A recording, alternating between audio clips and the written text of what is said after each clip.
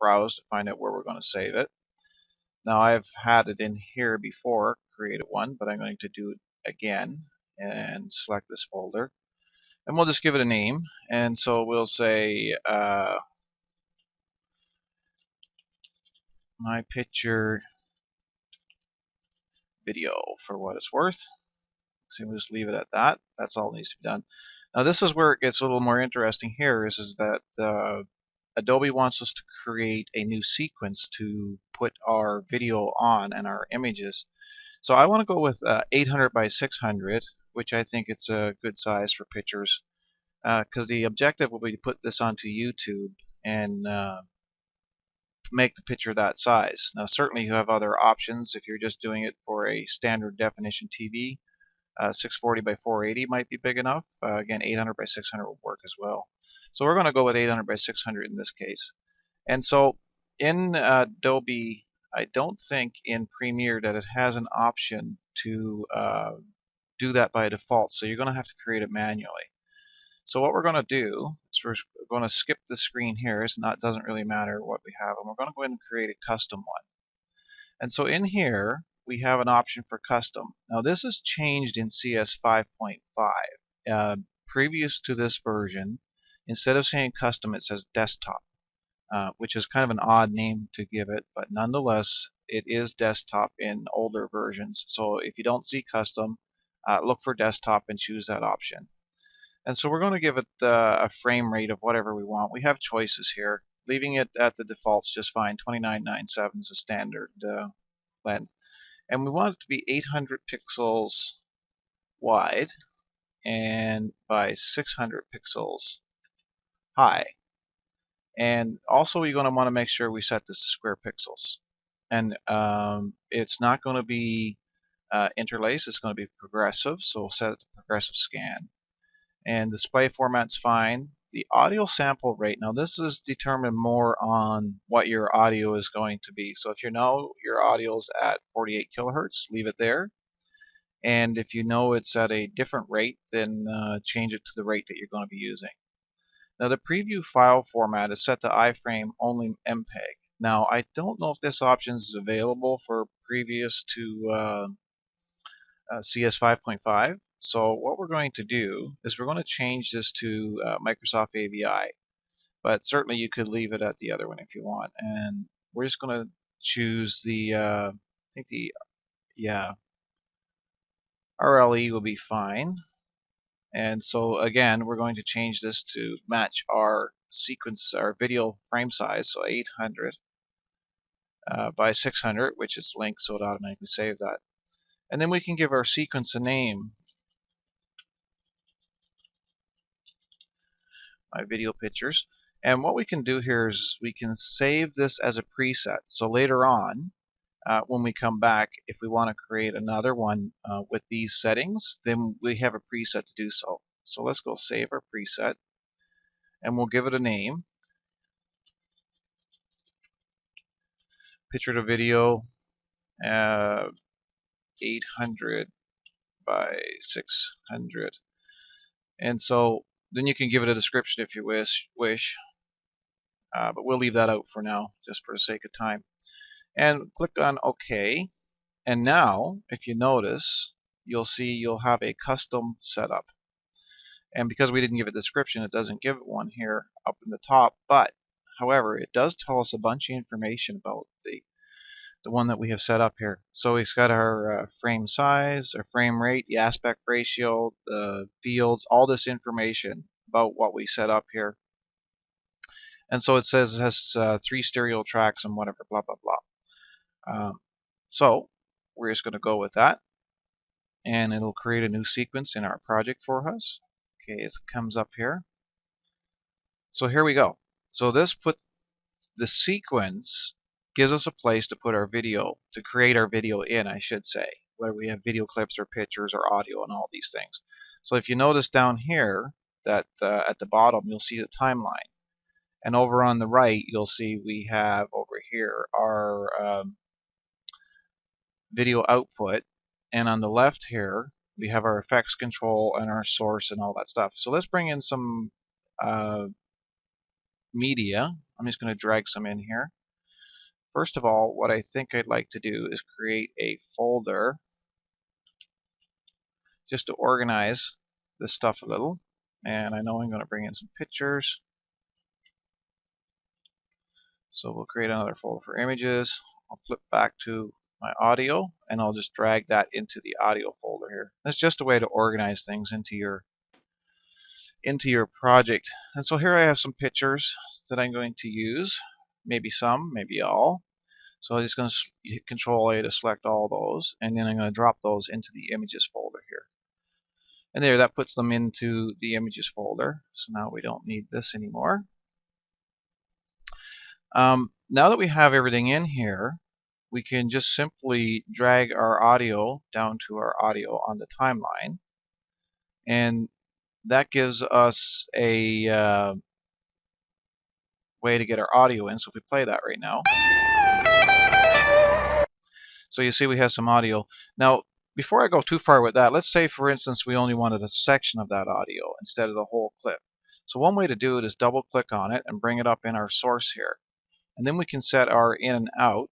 So if we wanted our in to say start here somewhere, then we could click the in point here, and let's say we wanted our out point to be over here somewhere like that, so we could click our out point. Now that sets an in and out. You can see in the light gray area here that that's what's selected. So now if we grab the speaker icon here and put that on our timeline, we would see that we only have that section of audio. So if we start and so that's one way to choose just a selection. But in our case, we actually want the whole thing. So if we drag it right out of here and in, it actually gives us the whole time clip, or sorry, the whole audio clip. Now, if we select our audio clip, we'll see that it actually looks like 2 minutes and 8 seconds long. So in our preview window here, we can see that. And so the next thing to do now is throw some pictures on here. So let's decide how many pictures we want. I have several pictures here to choose from. So let's choose 1, 2, 3, 4, 5, 6, 7, 8, 9, 10, 11, 12, 13, 14, 15, 16, 17, 18, 19, 20. Let's choose 20 different pictures for this one. So I'm just going to grab all 20 photos. I'm going to drag them right down on the timeline. And so we can see here that that puts the pictures on automatically, and they'll flip.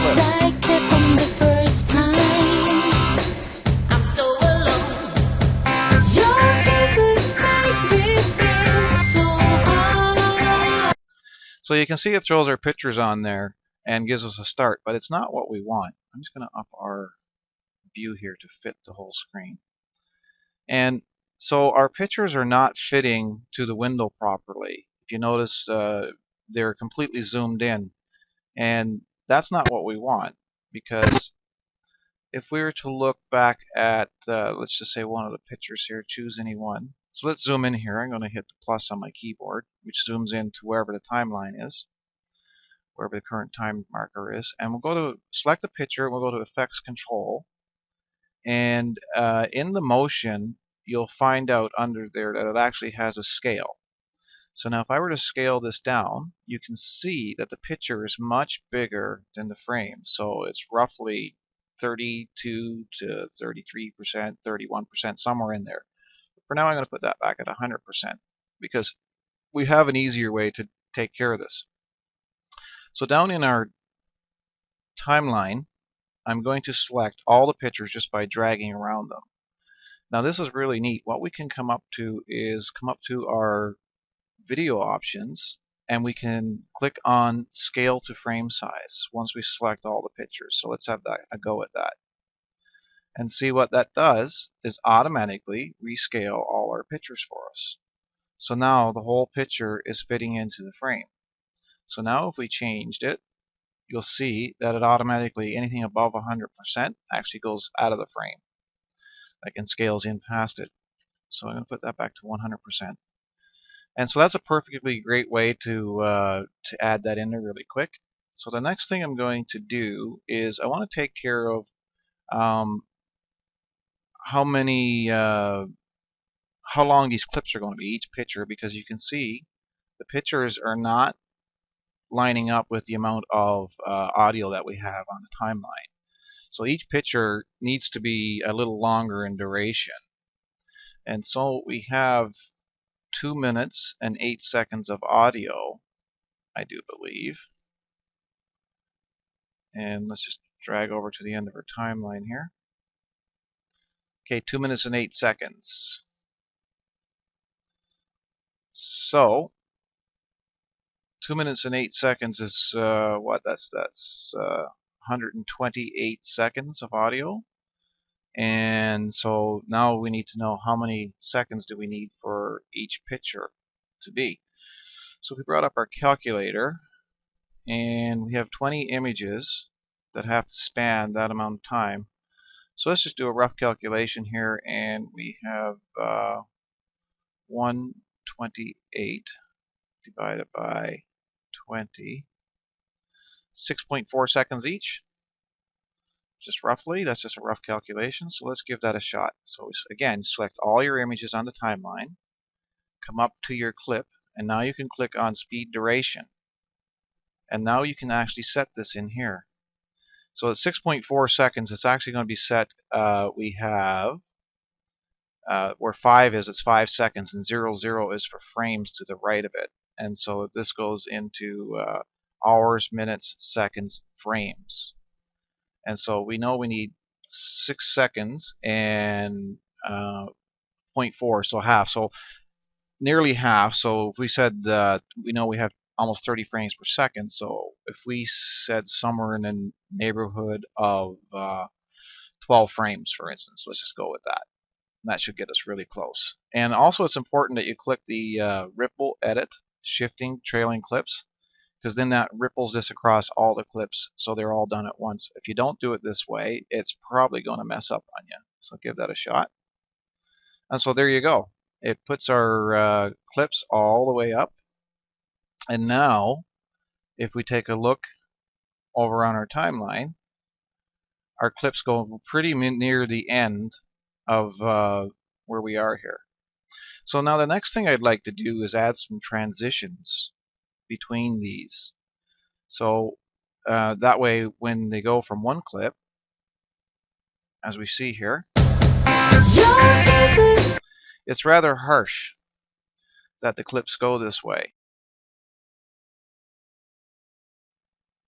So what I'm going to do here is I'm going to select all the clips on the video, which is our pictures.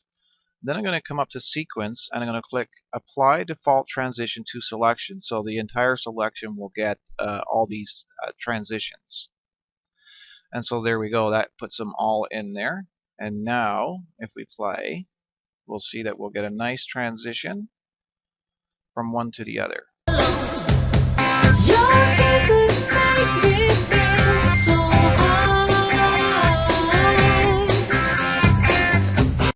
So there you go. That gives us a much nicer transition between the images to make it a little more pleasing to the eye. So one of the next things I'd like to do, I'm going to collapse these images here, is I'd like to add a little title in here just to give it a little bit more professionalism. So I'm going to click on New Item, and I'm going to say Title, and we'll just call